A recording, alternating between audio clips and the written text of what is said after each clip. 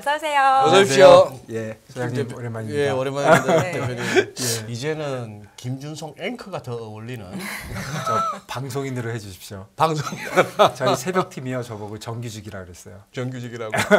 많이 힘드실 것 같아요. 아침 방송 지금 진행하신 지 얼마나 되신 거예요? 한 7개월 됐습니다. 7개월. 예. 6시 10분부터 8시까지 하는데요. 이제 일찍 자니까요.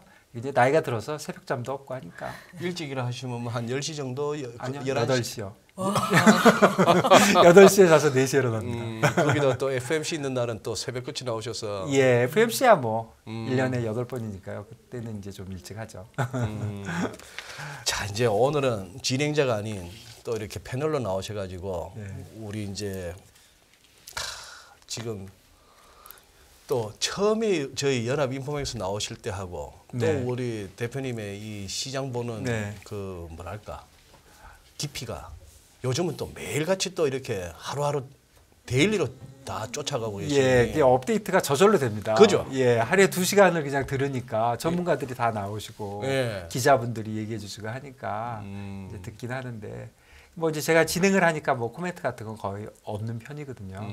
그래서 오늘 뭐 제 생각도 얘기해 보고 하도록 하겠습니다. 제가 소개 하나만 좀 할게요. 네. 저희 오늘 김준송 대표님께서 실시간 채팅창에 올라오는 다양한 질문들을 소화해줄 예정이시라고 합니다. 네. 좋은 질문 많이 올려주시면 저희가 말미에 또 답변을 듣는 시간도 가질 예정이니까요. 질문 예. 많이 이용해 주세요. 예. 네. 딱 답변이 막히실 만한 날카로운 질문 부탁드립니다. 저는 그냥 모르면 모른다고 합니다. 네. 모른다.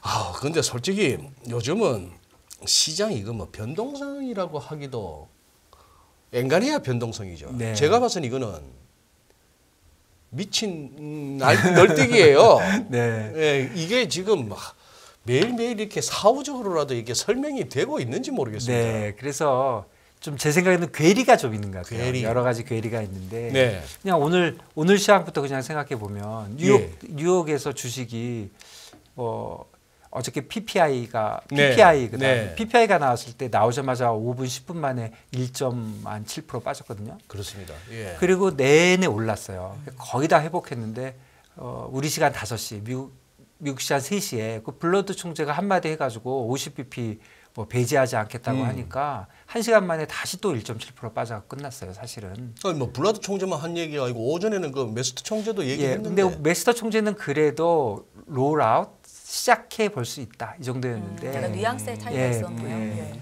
이제 뒤에는 뭐 롤아웃 그러니까 배제하지 않겠다고 얘기했고 또 블러드가 좀 세잖아요, 말하는 거. 그러니까 좀 중량감이 다르죠. 그러니까 예. 계속 두들기니까 좀 영향이 있었다고 싶은데 요즘 제가 생각하는 괴리는 뭐 3가지에서 다 있는 것 같아요. 우선은 지역적으로도 좀 있고 그다음에 시장별로도 있고 네. 그다음에 이제 아주 쉽게는 뭐 최근에 얘기 많이 하는 연준의 입과 시장의 베팅이 좀 다른 것도 같고 그러니까 오늘 시장만 봐도 우리 시장도 사실 지금 1% 빠져서 많이 빠졌다고 하지만 네. 주식은 진짜 선방한 것 같고요. 어. 주식은 어제 종가로 볼 때 마이너스에 있었던 거니까 그것까지 다 감안하면은 한 2% 빠진 거거든요, 미국장은. 예. 그런데 1%밖에 안 빠졌고 또 그저께 우리 시장이 엄청 혼자 올랐잖아요. 혼자 올랐죠. 그것까지 네. 다 감안하면 저는 엄청 선방했다고 생각해요.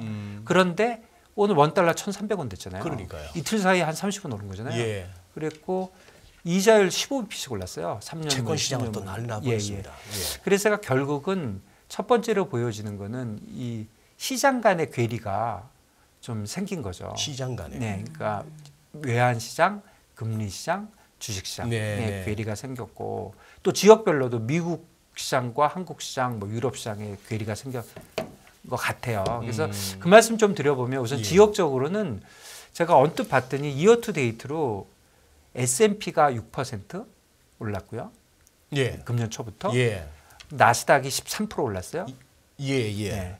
그리고 유럽도 13% 올랐어요. 유로스탁. 예. 네. 그리고 코스피가 9%, 또 대만도 딱 9%더라고요. 대만 9%, 그렇죠. 중국 5%, 홍콩도 5%예요. 이게 좀 전에 제가 봤거든요. 예. 그러면 결국은 지역별로 우리 작년에 뭐라 그랬어요? 유럽이 제일 약하다고 스태그플레이션 나면 유럽만 죽을 것이라고 난리를 쳤는데 유럽은 거의 작년에 그냥 거의 안 빠졌죠.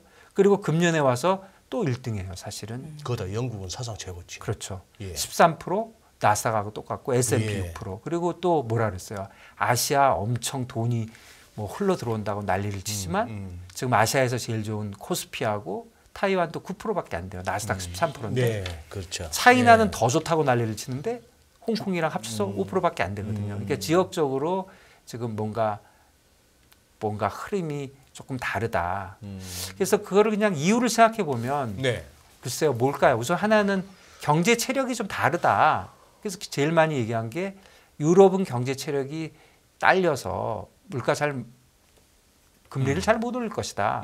네. 그런 얘기 했는데 과연 얼마나 그 기본이 바뀌는 건지 모르겠고, 그 다음에 또 하나 큰 움직임은 사실 금년에 들어서면서 이머징 마켓 쪽으로 이제 돈이 오고는 있잖아요. 네. 사실 우리나라도 많이 들어왔잖아요. 그것 때문에 많이 오르긴 했는데 이게 이제 어떻게 될런지 그런 게 이제 궁금하긴 하고, 좀 짧게 보면은 최근에 일어난 중에 제일 큰 일은 2년짜리 미국 금리가 지금 오늘 보니까 아까 보니까 4.7이에요. 네. 지금 오늘 더 올랐어요. 유럽에서 더 올라가지고 2년짜리 미국 금리가 4.7인데 이거 기억나십니까?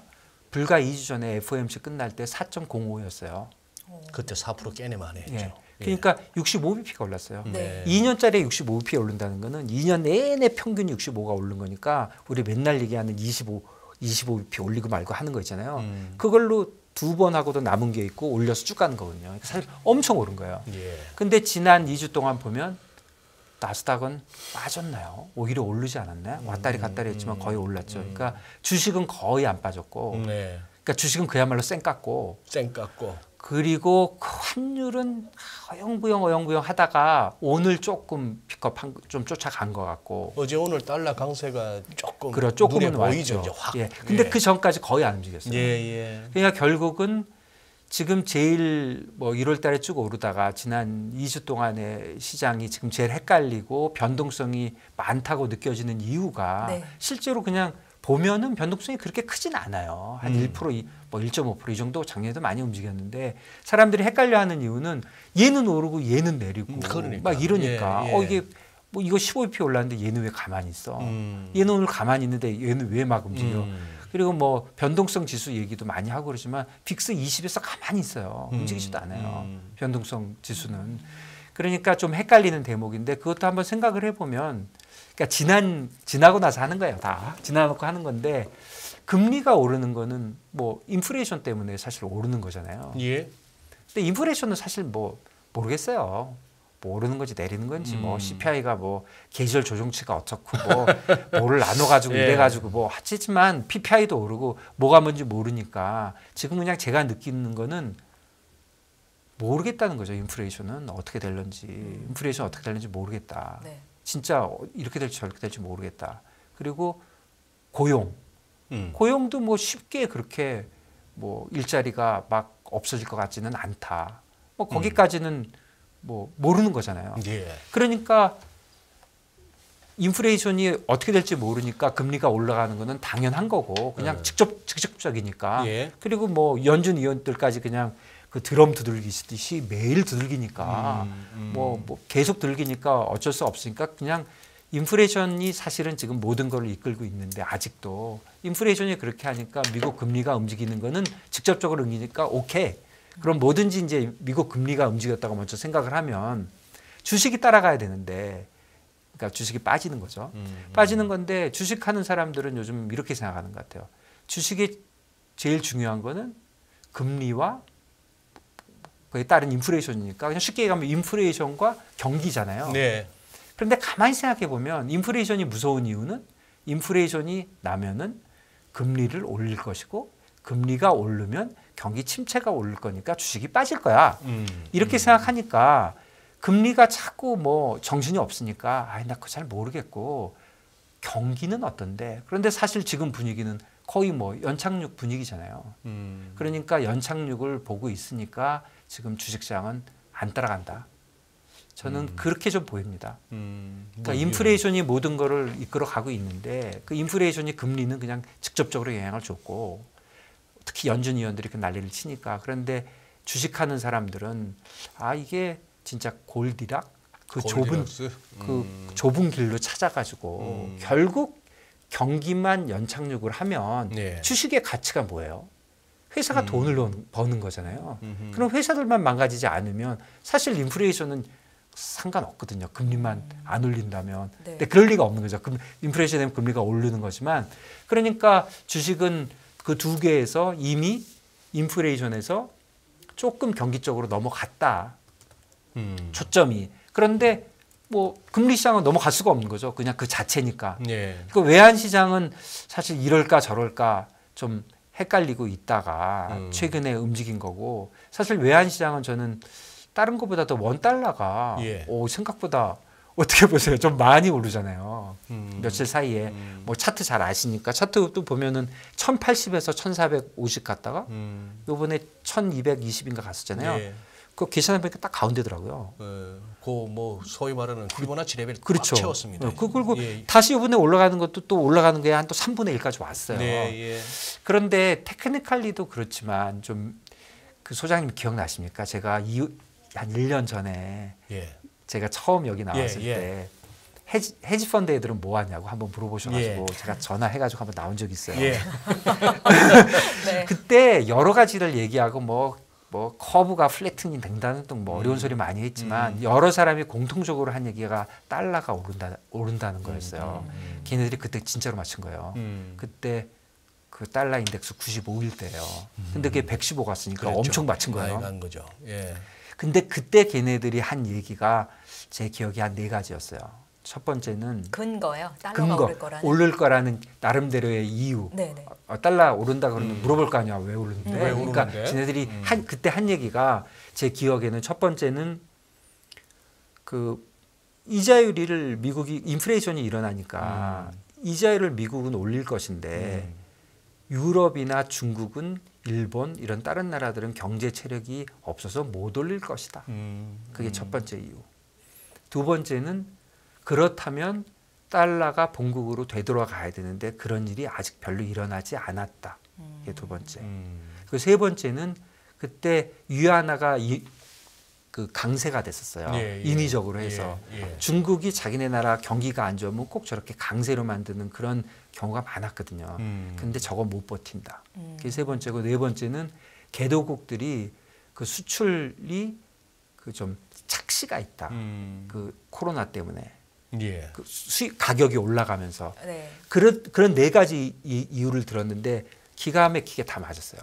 그랬는데 지금 와서 생각해 보면 이 문제 다시 이제 달러가 올라갔다 쭉 빠졌잖아요. 예. 다시 올라가니까 예. 또 지나놓고 하는 말이긴 한데 예. 그러면 지금 상황이 약간 비슷한 거죠. 지금 뭐 인플레이션 갖고 난리를 치고 생각보다 유럽이 잘 따라오고 이자율을 뭐 한국도 잘 따라가고 뭐 다들 네. 잘 따라왔잖아요. 그런데 한번 올라갔다가 환율이 내려오고 보니까 예. 이제 미국이 금리를 많이 안 올릴 거라고 생각했는데 예. 지금 금리가 어떻게 될지 모른다고 하니 과연 미국이 금리를 또 올린다면 자, 오르고 내리고가 딱 반반이라고 생각을 해보면 전 진짜 반반 같거든요. 그러면 지금 밸류에서 그러면 올렸을 때 만일에 우리나라는 쫓아갈 수 있겠어요? 그러니까요. 쫓아가기가 어렵죠. 지금 그동안 분위기가 대충 네. 한은은 이 정도에서 좀 지켜보겠다는 이제는 분위기였는데. 처음에는 용감하게 갔는데 이제는 가기 힘들고 유럽도 비슷한 상황이고 이자율 차이 있잖아요. 그게 뭐 1.5가 맥시멈이다 맨날 얘기하고 그러지만 지금 기준금리로 3.5 대 4.75잖아요. 예. 그러면 요번에 5가 되면은 뭐 1.5가 된다. 150 뭐 BP 벌어지는 이렇게 거죠. 얘기하지만 사실 실제로 보면요. 1년짜리 스왑 포인트가 26이에요. 오늘 보니까. 그 무슨 뜻이냐면 이자율 그러니까 1년 후 선물을 사면 26원 싸게 파는 거예요. 그러니까 지금 스팟이 1,300이니까 1,274원에 사는 거예요. 그러니까 1년 동안 아무 일도 안 벌어지면 26원을 버는 거잖아요.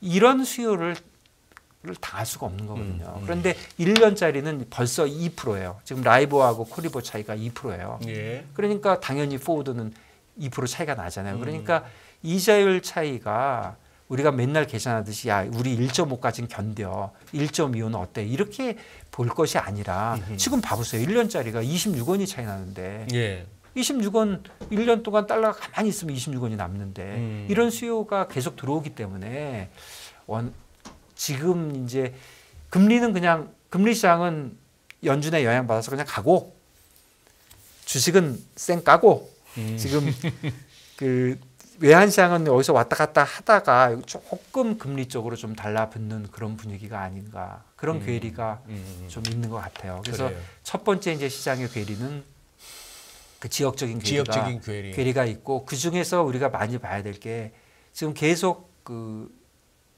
돈이 미국에서 나와서 이머징 마켓으로 올 것이다.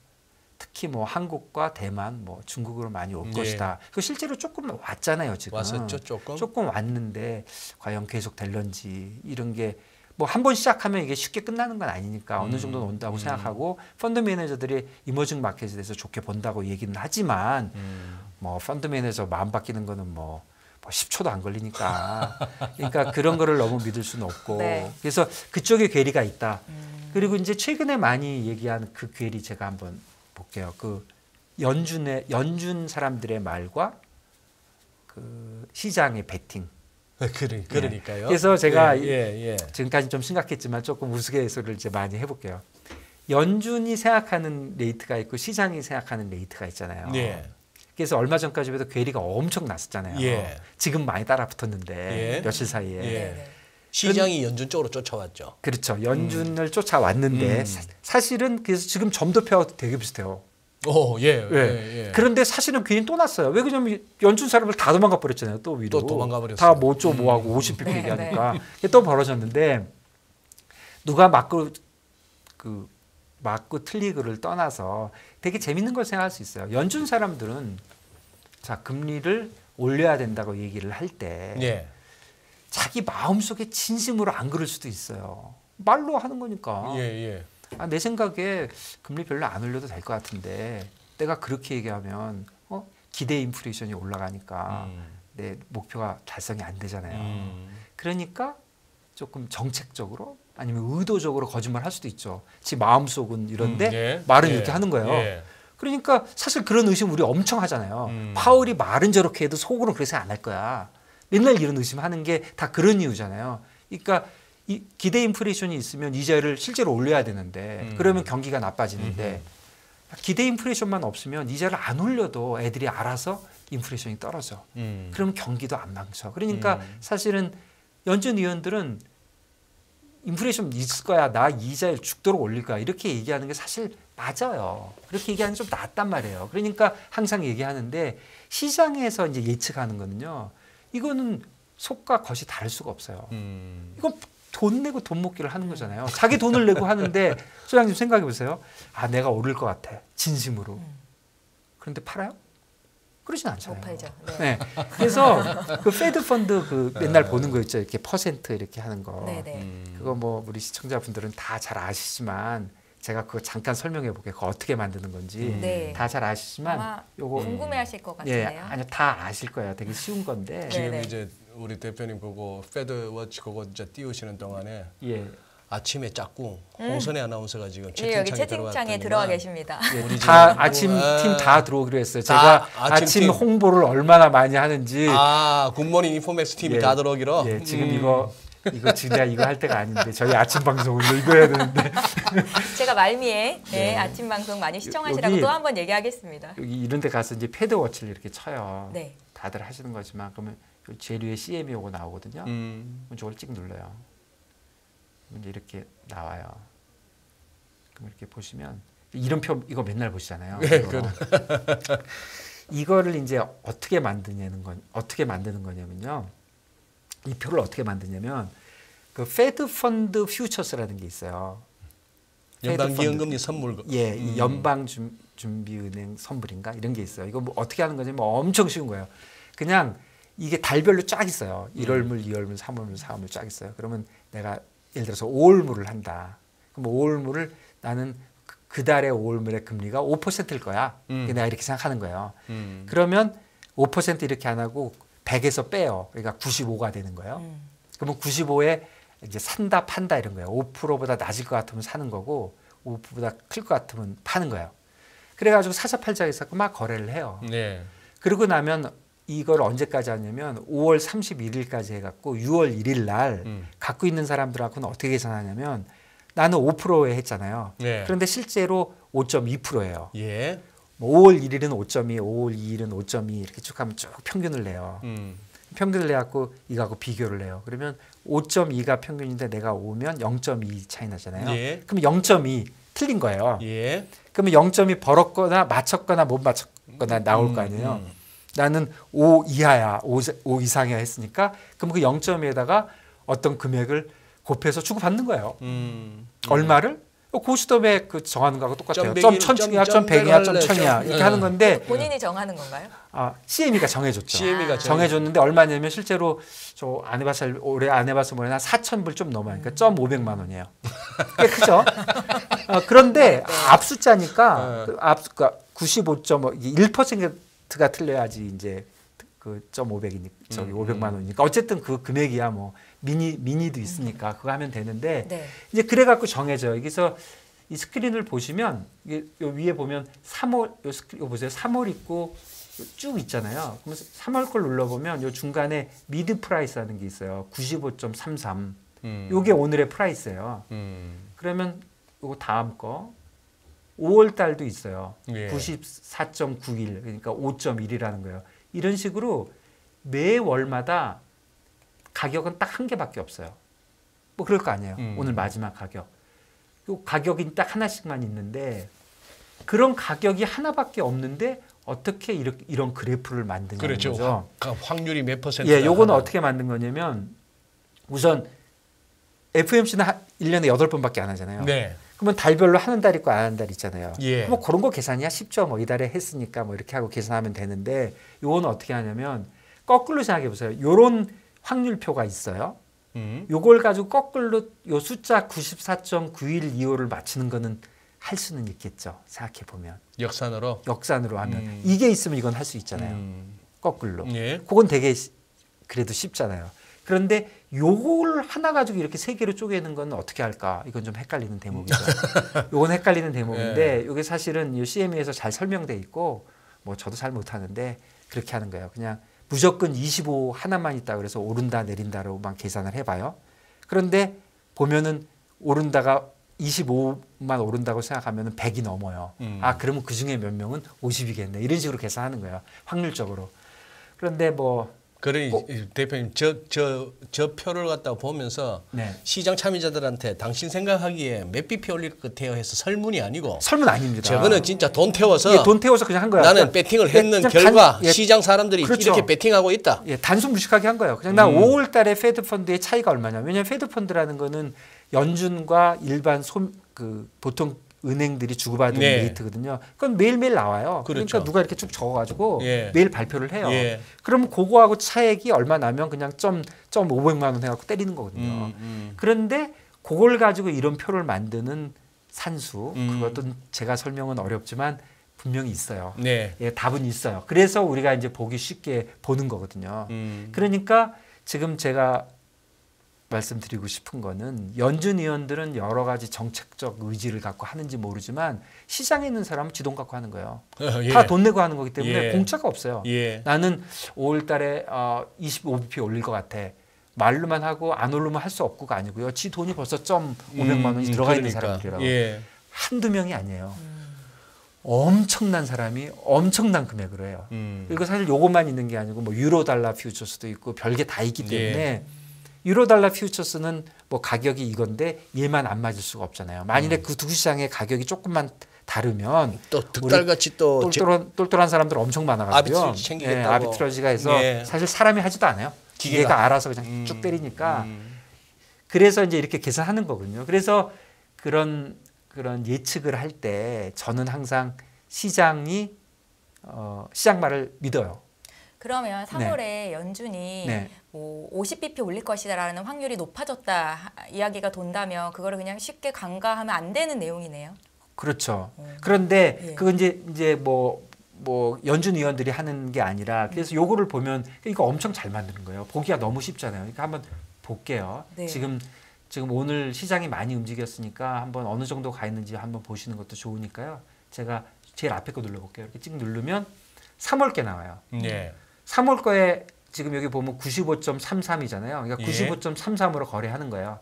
내가 95.33에 사면 그거보다 낮게 된다는 거니까 그러니까 4.67보다 3월 달 평균이 더 낮으면 내가 돈을 버는 거예요. 뭐 그런 식으로 내가 사고 파는 건데 이걸 거꾸로 환산해 보면 이렇게 찍 쪼개 볼 수 있다는 거예요. 그래서 지금 4.75에서 5가 되는 거니까 이 확률이 지금 계산해 보니까 82%다. 이 얼마 전에만 해도 이렇게까지 안 높았죠. 네. 그리고 갑자기 없던 애들 생겼죠. 50bp 올리는 거. 네. 그러니까. 네, 이거 갑자기 생긴 겁니다. 예. 그래서 예. 지금 아예 아래는 아예 없고 3월 달이 이렇고 5월 달 거 보시면 이제 5.25가 됐잖아요. 예. 그러니까 5월 달에 77.6%로 이제 올리는 거예요. 그러니까 이거는 뭐 3월 달에 어떻게 된 거하고 관계없이 난 그건 모르겠고 5월 달에는 무조건 5.25까지 올릴 확률이 77.6이다. 그런데 아래쪽도 있고 위쪽도 있는데 위쪽이 좀 더 크잖아요. 그러네요. 그러니까 실제로 5.25보다 약간 시장은 더 올라가는 거로 보고 있는 이제 거죠. 그동안에 5.25 위로는 시장이 잘 안 보다가 예, 이거 지금 며칠 사이에 엄청 변한 며칠 겁니다. 사이에 예. 예. 그다음에 이제 6월 거를 보시면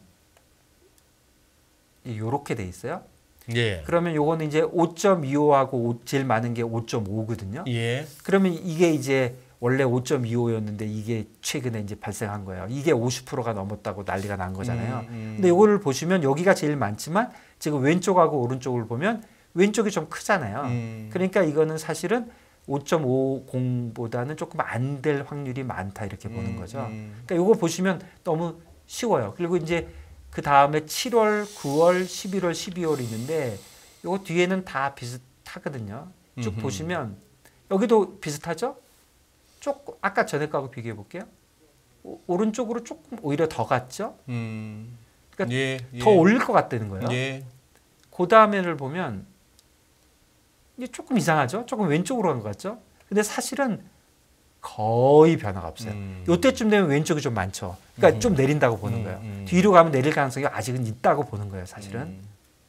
마지막 거는 좀 다르죠. 5.25가 더 높잖아요. 그러니까 지금 시장의 예측은 요때 제일 많이 올린 다음에 5.5까지 가면 연말에는 아직도 조금 내릴 거야 하고 지금 시장은 보는 거죠. 예. 시장이 이렇게 보고 있는데 보는 게 별 차이가 없어요. 뭐 이게 차이가 나봐야 한 25bp도 차이가 안 나는 거예요. 그런데 요 안에 지난 날짜도 볼 수 있는데 지난 날짜 보시면 불과 2주 전에는 거의 50bp 빠지는 프라이스였어요. 그러니까요. 예, 근데 지금은 예. 이제 올라가서 쭉 있다는 거죠. 예. 그래서 우선은 제가 드리고 싶은 말씀은 이제 요즘 최근에 며칠 사이에 변한 것도 한번 뭐 지금 이거 완전 실시간이니까 지금 이 정도로 변해 있는 것도 있지만 시장에서 얘기하는 그 이제 심지어 연준의 사람들의 코멘트도 다 믿으면 안 된다. 속으로 무슨 생각인지 알 수 없다. 예. 속으로 무슨 생각을 해도 의도적으로 그렇게 얘기할 수 있다. 그러니까 잘 들어야 되고 저는 개인적으로 무조건 시장의 의견을 봅니다. 시장의 의견을 보고 이렇게 생각하는 거죠. 시장의 지금 의견을 보고 이걸 딱 보시고 뭐 소장님도 저 말이 맞을까 이렇게 생각해 볼 거잖아요. 네, 네. 저거 틀린 것 같아. 저게 12월 달 거는 시장이 지금 너무 낮게 보는 것 같아. 그러니까 내가 시장하고 생각이 똑같아요. 그럼 투기할 게 아무것도 없죠. 시장하고 내 생각이 똑같으니까 집에 가서 자면 되는 거고. 내가 보니까 11월까지는 맞는데 12월에 안 내릴 것 같아. 내리는 건 내년 3월이야. 내 생각에는. 그러면 12월 거 사면 되는 거죠. 그러니까 시장과 나의 생각이 다른 거에 베팅하면 되는 거죠. 항상. 그러면 수익이 날 수 있다는 말씀이시죠? 맞으면. 맞으면. 내 생각이 맞으면. 내 생각이 맞으면. 시장은 삼성전자가 6만 3천 원 정도면 된다라고 돼 있는데 내 생각에 그렇죠. 더 오를 것 같으면 사는 거고. 너무 싼 거 아니야 싶으면 사는 그렇죠. 거고. 그러니까 현물은 너무 쉽고 이제 이자율은 이제 조금 복잡하지만 전체적으로 어쨌든 시장에 어떤 컨센서스가 있으면 그 컨센서스와 내 생각이 다를 때 뭔가 할 수 있는 거잖아요. 그러니까 제일 중요한 첫 번째 단계는 시장이 어떻게 생각하는지를 알아야죠. 그래야지 뭔가를 할 수 있는데 그 시장이 어떻게 생각하는지를 아는 거를 연준 의원님들의 말씀이나 무슨 뭐 모건 스탠리에 누가 뭐라고 얘기하는 거나 이런 거에 현혹당하면 안 된다. 되고. 그게 제 생각입니다. 네네. 예를 들어서 뭐 저도 아침에 방송을 하는데 거기에 이제 뭐 소장님이나 뭐 여러분들이 전문가들이 나와서 얘기하는데 그 사람들 말을 다 믿지 말라고 제가 얘기하는 거잖아요. 그러니까 뭐 별로 좋은 아이디어는 아닌데 그런데 하여간 다 믿으면 안 된다는 거예요. 그리고 또 이런 것도 있어요. 좀 더 재미난 얘기인데 네. 사람별로 전부 아전인수 하게 돼 있어요. 어떻게 안 합니까? 인지상정이죠. 예, 예를 들어서 JP의 뭐 콜라노 비치, 예, 뭐 아니요, 제이미 다이먼. 제이미 다이먼이 와가지고 아 경기가 엄청 나쁠 것 같아 이렇게 얘기할 때 그 네. 사람이 진짜로 그렇게 믿는 건지 아닌지는 잘 생각해봐야 돼요. 왜 그러냐면 JP가 갑자기 대출을 늘려야 되는 상황이 있을 수 있거든요. 예. 그럴 때 야 내가 경기가 엄청 나쁠 것 같아. 그럼 대출이 나가겠습니까? 그러니까 경기는 괜찮을 것 같아요. 이렇게 얘기할 수 있단 말이에요. 왜 그러냐면 본인에게 유리한 상황을 만드는 그렇죠. 거죠. CEO들이 뭔가 얘기할 때는 뒤에서 다 체크하거든요. 대표님 이렇게 생각은 이러신지 모르지만 이러면 저희하고 말하기가 너무 어려워요. 그러면 조정을 한단 말이에요.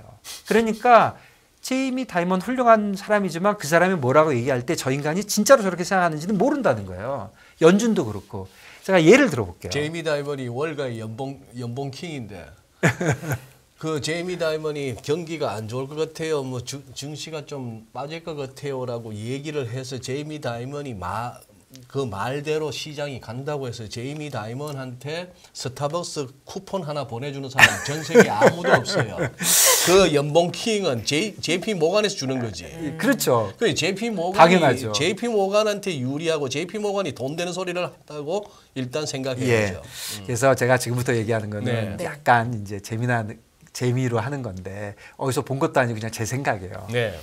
제가 아침 방송이나 무슨 뭐 뉴스나 이런 거 보니까 마켓 코멘트 하는 사람이 한 다섯 종류예요. 종류가. 출신 성분이. 1번. 다섯 분류. 예. 네. 어널리스트. 아. 제일 많죠? 저희도 아침 방송에도 제일 많아요. 어널리스트. 음. 어널리스트는 뭐 하는 사람들이에요?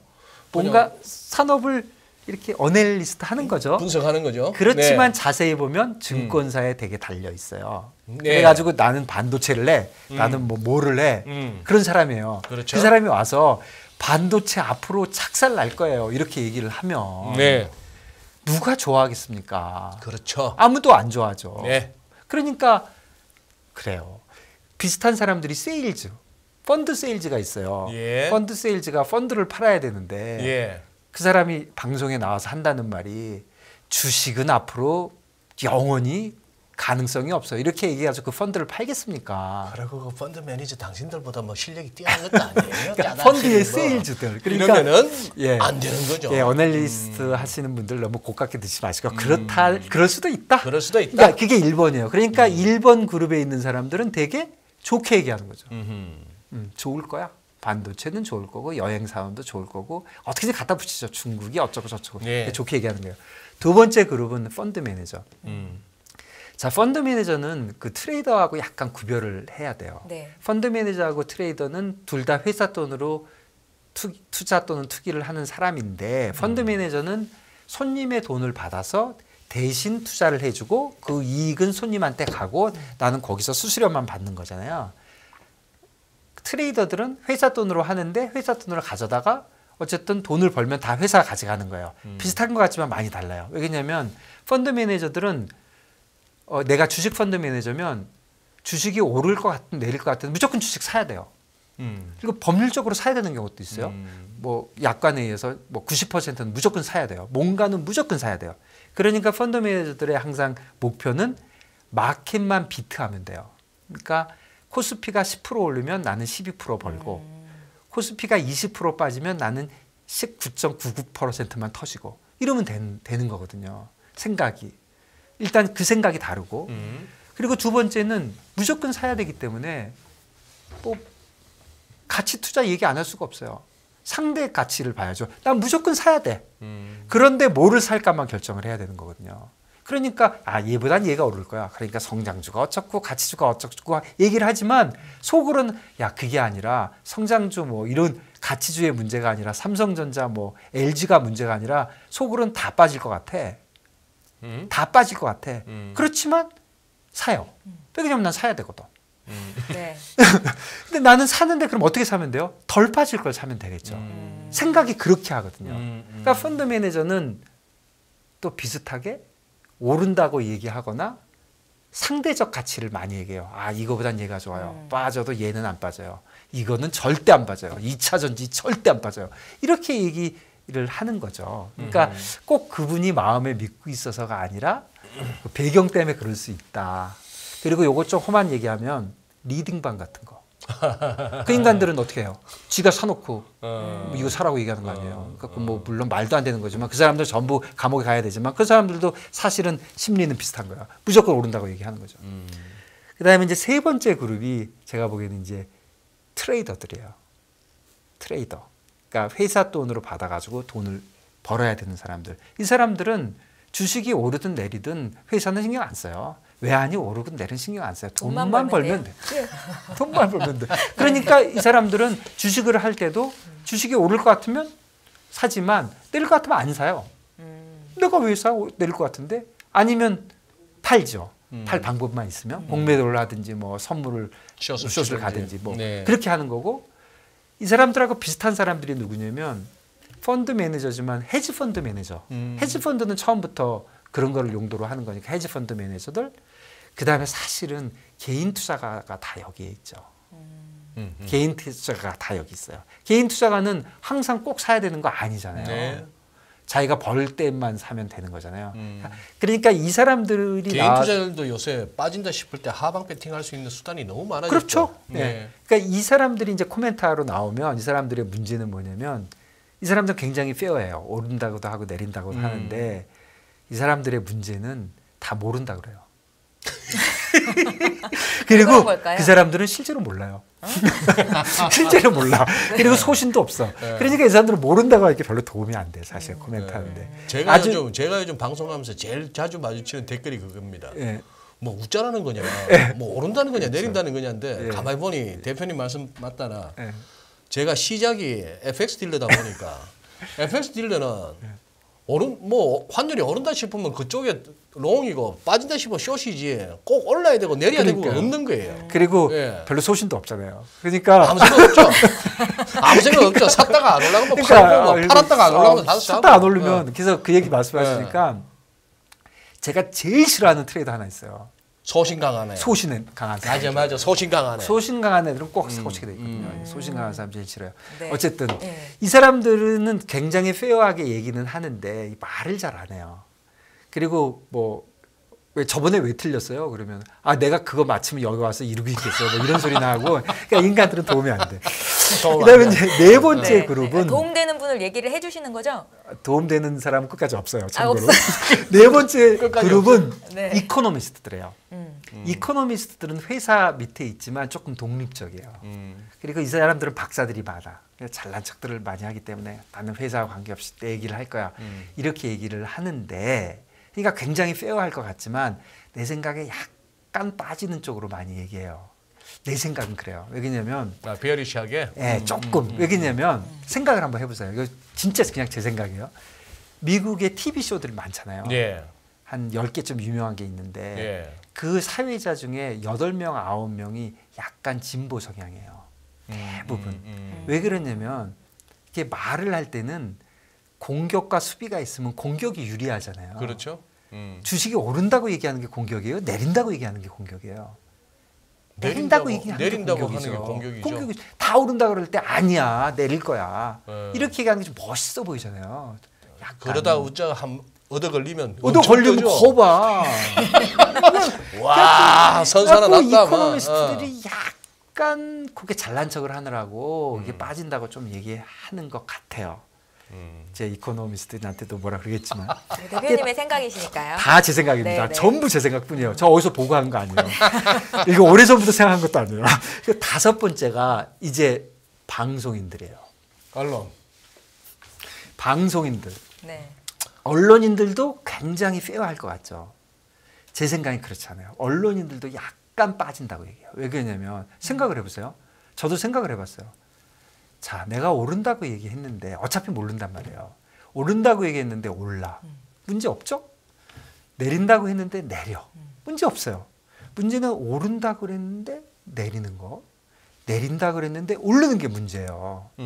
그런데 내린다고 그런다고 얘기를 했는데 올랐어.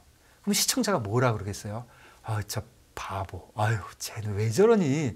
그렇지만 계산은 대부분의 불어났죠. 사람들은 주식을 사기 때문에 네. 그냥 귀여운 거죠. 아유, 내가 참 쟤만 보면. 그러니까 나한테 큰 문제가 없는 거예요. 근데 내가 오른다 그랬어. 빠졌어. 시청자들이 돈을 터줬어. 뭐라 그러겠어요? 내가 저놈 때문에 터졌다 그러죠. 그러니까 큰 문제가 생기는 거예요. 그러니까 방송 오래 하려면 빠진다고 얘기하는 게 확률적으로 좀 낫지 않겠어요? 제 생각은 그래요.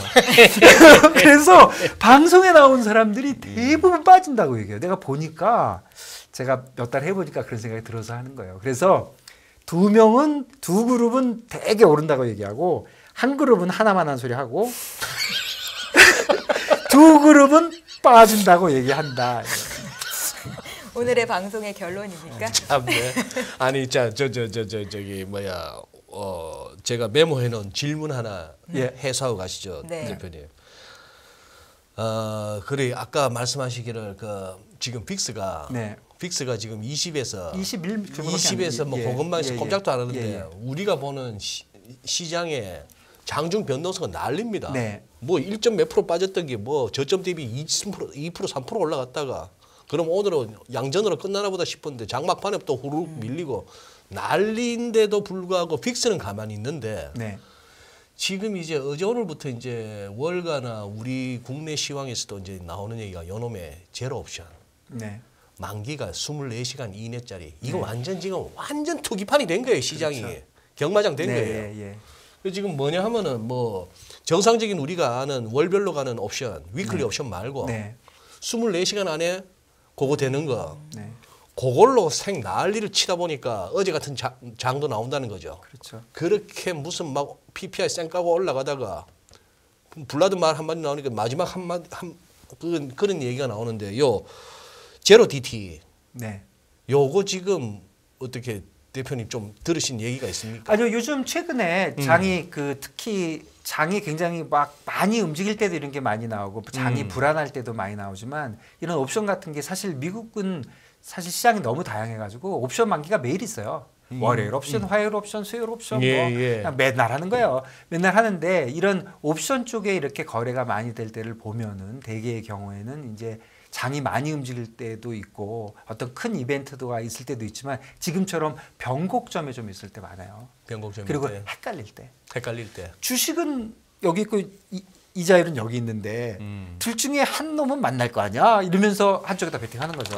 그런데 잊지 말아야 될 게 있어요. 영원히 안 만날 수도 있거든요. 그런데 그런 베팅이 워낙 많아진 거죠. 그래서 지금 계속 코멘트에 지금 나오잖아요. 그런 것들이 많이 있다고 옵션 쪽에 거래가 많다고. 그리고 또 한 가지는 요즘 그 기계들이 하는 거래가 많아서 기계가 하는 거래가 많아서 지금 뭐 제가 듣기로는 하이 프리퀀시 트레이딩 쪽에서 해서 S&P의 뭐 80%가 기계가 한다 이런 말도 있어요. 그러니까 옵션은 지금 기계가 워낙 많이 하기 때문에 조금 뭐 불안한 거 심리가 있는 것도 맞고 그렇죠. 그러니까 어쨌든 그 투기적으로 하는 것보다는 자기가 좀 생각을 하고 그리고 저 남들 얘기하는 거 그냥 듣기만 하고 그 무조건 거짓말을 하는구나 이렇게 의심을 하고 그렇게 해서 자기가 생각을 해서 자기하고 생각이 다른 게 있으면 베팅을 하고 그게 뭐 일단은 맞는 것이다 이렇게 생각합니다. 그러니까요. 네. 이게 제로 DT가 보니까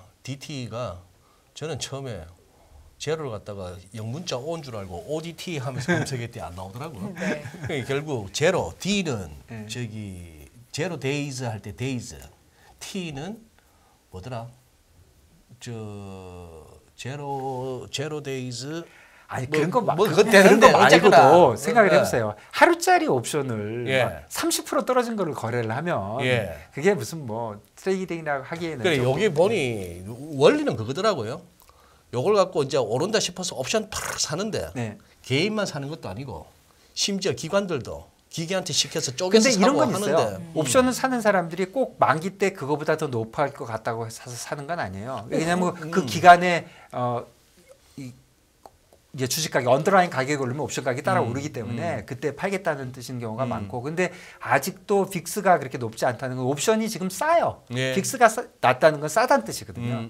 이게 싸기 때문에 옵션 거래를 많이 좀 하는 그런 경향도 있는데 뭐 그쪽은 뭐 그쪽대로 하는 거죠. 그 맞습니다. Zero Days to Expiration에서 그 DT인데 그러다 보니 이게 이제 자꾸 옵션을 갖다가 막 사겠다고 오른다 싶어서 옵션 사버리면 옵션 매도자는 또 해지한다고 사야 되니까 또 같이 오르고 해서 그게 있죠.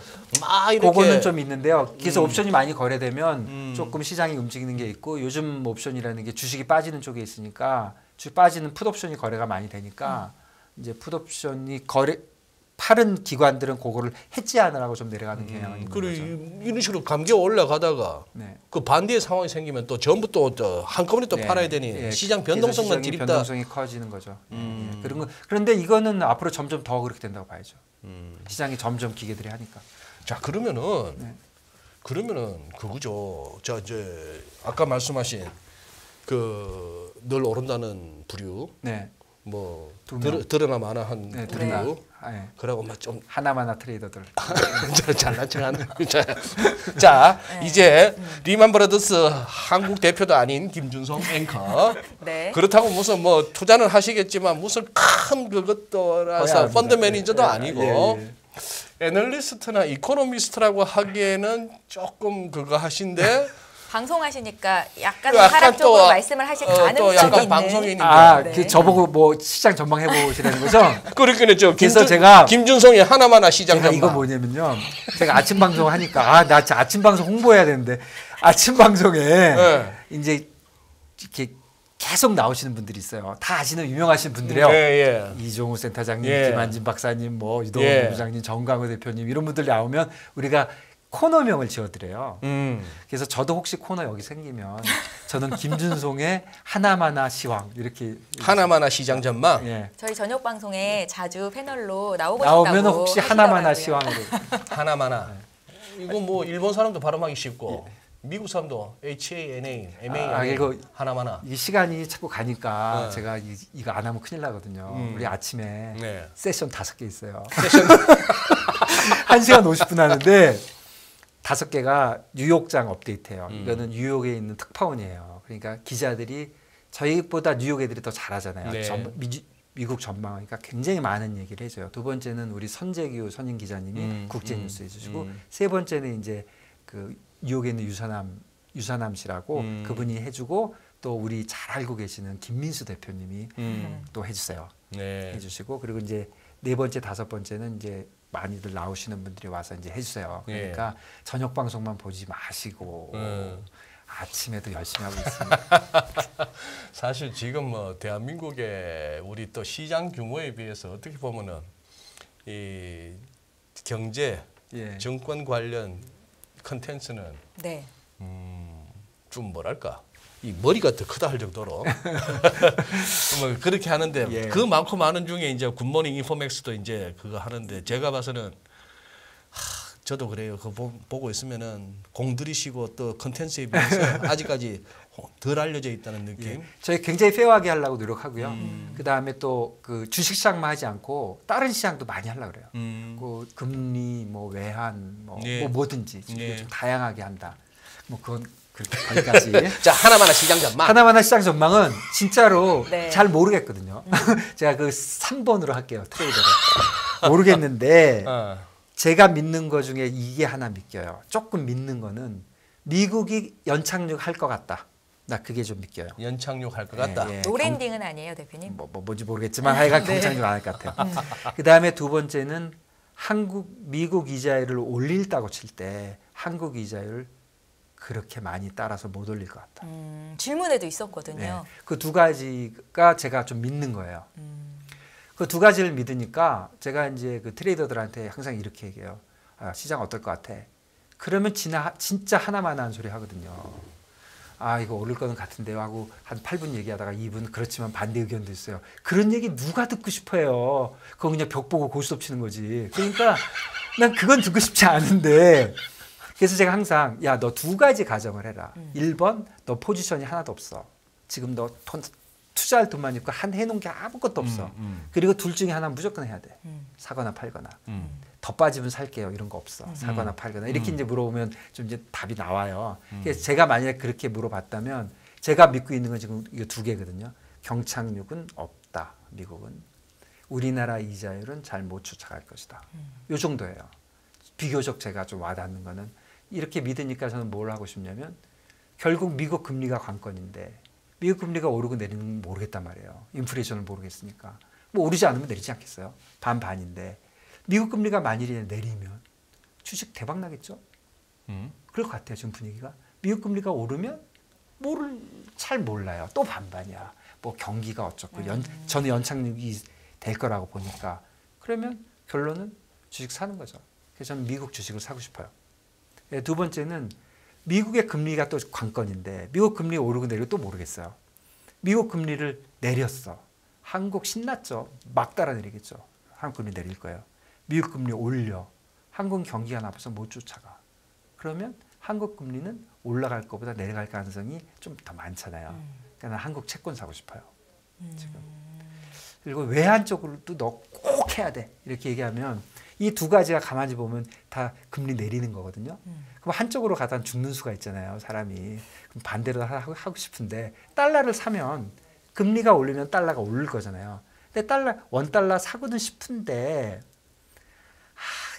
레벨이 너무 높아. 1,300원 넘어가가지고 이렇게 찝찝하니까 저보고 외환 쪽에 한다면 저는 원화가 좀 아무래도 수출도 좀 약하고 하니까 경기도 좀 약하고 하니까 원달러를 사고 그러니까 달러를 사고 원달러를 사고 그 대신 달러 인덱스는 팔고 달러 인덱스는 서울에서 달러 사고 원하는 파는 달러원 뭐 하려면 뭐 옌이나 유로로 해야 되겠죠. 실제로는 뭐 그러니까 원달러는 사고 뭐 유로 달러 유로하고 뭐 달러 옌은 팔고 뭐 그 정도 뭐 그 정도가 제 생각인데요.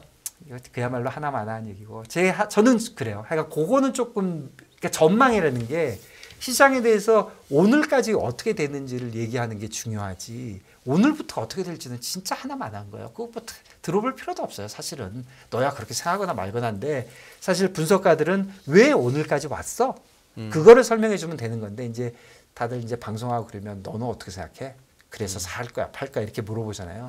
그런 하나만한 걸 얘기한다면 저는 미국 주식 사고 한국 채권 사고 원달러 사고 달러 인덱스 팔고 제가 트레이드라면 그리고 한 달 있다 어떻게 됐나 한번 제가 잘 됐으면 말씀드리고 안 됐으면 달러 인덱스는 빠진다에 베팅을 하시는데 아니요 그거는 빠진다는 게 아니라 원달러 때문에 원달러가 좀 올라갈 것 같은데 그래서 1,300원 위로 올라갈 것 같아서 그러니까 상대적으로 그냥 원화가 약세일 것 같다는 뜻입니다. 달러는 잘 모르겠고 왜냐하면 달러는 달러 이자를 갖고 움직이니까 원화가 좀 약세일 것 같다. 우리나라가 사실 좀 안 좋을 것 같다 이렇게 보는 거죠. 네, 우리나라가 좀 안 좋을 것 같다. 미국 주식은 사라. 그런데 한국 주식은 안 사고 한국은 채권을 사고 이자율이 좀 내려갈 것 같아요. 한국 이자율. 미국이 올려도 우리나라는 기준금리를 쉽게 건들 수 없으니까. 그렇죠. 예. 내리면 같이 내리고. 그러니까 확률이 75%좀 되는 거 혹시 아닌가요? 그런 이제 얄팍한 생각이 드는 거죠. 혹시 뭐 시청자분들이 제가 말이 많아가지고 제가 이제 질문을 중간중간에 좀 확인을 해봤는데요. 지금 말씀하신 내용 중에도 이렇게 있는 것도 있고 한 가지 좀 꼽아보자면 JP 모건이 말한 볼마겟돈 오늘 미국 옵션 만기를 어떻게 생각하시는지라는 그러니까 볼러틸리티 그 얘기거든요. 볼러틸리티가 아침에 그 볼러틸리티 아마겟돈이잖아요. 말도 잘 만들어. 그러니까 그 동네에서 난리가 났다는 건데 막 30짜리 뭐 거래가 많이 됐대요. 볼러틸리티 빅스를 가지고 또 옵션도 해요. 빅스가 30까지 갈 거다에 빅스 30 콜 같은 거를 거래가 많이 된대요. 콜도 많이 되고 풋도 많이 되고. 그런데 뭐 빅스라는 건 아시다시피 어떤 거냐면 현재 있는 볼러틸리티가 아니라 앞으로 변할 거에 대한 시장의 아까 그 페드 펀드처럼 그런 네. 걸 계산했고 역산한 거거든요. 볼러틸리티는 옵션 가격의 레지듀얼 거꾸로 역산한 거거든요. 그러니까 역산을 하고 보니까 그게 오를 거라고 하는 건데 그것 때문에 시장이 한다는 건데 저는 그 볼마겟돈이라고 얘기하는 말에 대해서 진짜 말 장난이라고 생각합니다. 별거 없는 얘기예요. 왜 그러냐면 옵션 시장이 그렇게 난리가 난 것도 아니고 지금 22 정도 될 텐데 22 볼인데 30짜리 볼 거래하는 거는 사실 별 의미도 없고요. 그래서 그냥 사람들이 불안하다는 거를 얘기해 주는 심정일 뿐이지 그게 시장에 영향을 미치고 그러지는 않았다 그렇게 봐집니다. 지금 저번에 제가 한번 지난번에 말씀하셨던 나누기 16? 예, 그거 계산 되기 쉬운 거 제가 다시 한번 얘기 드릴게요. 32면요. 볼이 이제 픽스가 32다. 어떤 누가 32다 이렇게 얘기하면 무슨 뜻인지 어렵잖아요. 그게 뭔 말이다 그러잖아요. 그걸 16으로 탁 나눠요. 그럼 2죠. 그럼 2%거든요. 네. 매일매일 2%씩 움직이는 거예요. 매일. 종가로. 지수가 지수. 예. 엄청난 모든 간에. 거죠. 전일보다 2% 오르든 2% 빠지든. 그걸 매일 30일 동안 해야 볼이 32예요. 그러니까 가기 어려운 거죠. 하루 7% 가도 아무 소용 없어요. 그 다음 날도 계속 가야 돼요. 그러니까 볼 32면 굉장히 높은 거예요. 그러니까 그런 거에 트레이딩을 하는 거로 봐서 시장이 불안하다 이렇게 설명하는 거는 저는 볼을 공포지수라고 설명하는 것도 왜 그러냐면 세상에 오르는 게 있고 내리는 게 있고 달러가 오르고 이엔이 내리면 어떤 게 공포고 어떤 게 그렇잖아요. 그래서 약간 저는 다만 그냥 주식이 오를 때는 살살 오르고 내릴 때는 팍 빠지더라. 네. 그게 유일한 공포지수라고 얘기하는 유일한 진짜 그 백그라운드거든요. 근데 요즘 잘 맞지도 않죠. 코르노 코피아님 앞에서 불가지론 근데 과감한 배팅 지금 우리 대표님 보고 하시는 평이신 아니 과감한 같은데. 평가가 아니라 너 꼭 둘 중에 하나 해라 하고 누가 물어보니까 그냥 잘 모르겠는 내가 제 99% 제 답이고요. 네. 둘 중에 하나 꼭 해 이렇게 물어본다면 이거 자기 의견은 이제 생각은 하고 사니까. 근데 연착륙 그다음에 한국 이자율이 쉽게 못 올라갈 것 같은 거 그거는 조금 저는 좀 그렇게 생각이 돼요. 이제 그렇게 저처럼 만일에 똑같이 생각하는 사람이 있고 내일 아침에 거래를 하실 사람이 있다면 한번 생각해 볼 수 있는 얘기죠. 채권을 사볼까? 아니면 미국 주식을 한번 사볼까 하는 생각해 볼 수 있는 얘기겠죠. 그러니까요. 반대로 생각하면 한국 주식은 매력이 많이 없다는 말씀이신 것 같은데. 예, 지금은. 예. 예, 지금 제 생각에는 좀 그래요. 그러니까 한국 주식, 미국 주식들 중에 하나 사면 저는 미국 주식 살 것 같아요. 물론 더 어그레시브하게 하면 한국 주식 사고 미국 주식 사고 한국 주식 팔아도 되겠죠. 내가 그렇게 강하게 믿으면. 롱숏으로? 예, 강하게 믿으면 어렵진 않아요. 그냥 퓨처스 사고 퓨처스 팔면 되니까. 물론 돈을 벌려면 맞아야죠. 예, 그러니까 뭐 그렇습니다. 그래서 제가 그런 것 같아요. 이게 사실은 코멘트들이 엄청 나오잖아요. 아까 볼마겟돈도 마찬가지고. 무슨 뜻인지는 알아야 되지만 그 말을 다 믿을 필요는 없고 그다음에 모건 스탠리에 누가 얘기했다 그러면 그 사람 이름은 중요하지 않지만 그 사람이 펀드 매니저인지 이코노미스트인지 그거는 꼭 볼 필요가 있어요. 그리고 예전에 그거 현업에 계실 때 네. 밑에 직원들 중에 소신 강한 딜러는 어떻게 하셨습니까? 잘라야죠. 사고를 칠 테니까요. 사고를 칠 테니까. 당연히 치죠. 예, 소신이 있으면 사고 치죠. 그리고 저는 워낙 소신이 없어서 내일 또 다시 와가지고 다시 물어보면 한국 주식 사고 미국 주식 팔아야 될지도 몰라요. 그리고 오늘 한 얘기는 다 잊어버리고 내일 아침에 새로 생각하고 이게 좋죠. 그렇죠. 지금 뭐 그렇다고 뭐 장기 투자를 하지 말라는 뜻은 또 아니에요. 그런 건 아닌데 어쨌든 너무 소신이 강할 필요는 없고 요즘 데이터 드리븐 하라 그러잖아요. 그러니까 데이터에 따라서 시장 따라 가는 건데 너무 그냥 하루하루 이렇게 볼 필요는 없다. 근데 시장을 자세히 보면 느낌이 좀 뭐 올 수도 있잖아요. 그러니까 그런 날 좀 하고 너무 시장을 매일매일 너무 힘들게 쫓아다니면은 이거 한 50년 해야 될 거 아닙니까? 그렇습니다. 요즘 뭐 이거 내일까지 하고 내년까지 하실 거 아니잖아요. 한 50년 해야 되니까 지치면 안 되거든요. 전례 없는 금리 인상이죠. 환율 너무 어려워요. 결론만 알려주세요. 당신은 외환 모태솔로입니다. 환율 그동안 너무 어려우셨죠? 이제는 쉽다 말할 수 있을 거예요. 오늘부터 환율과 썸 타시겠습니까?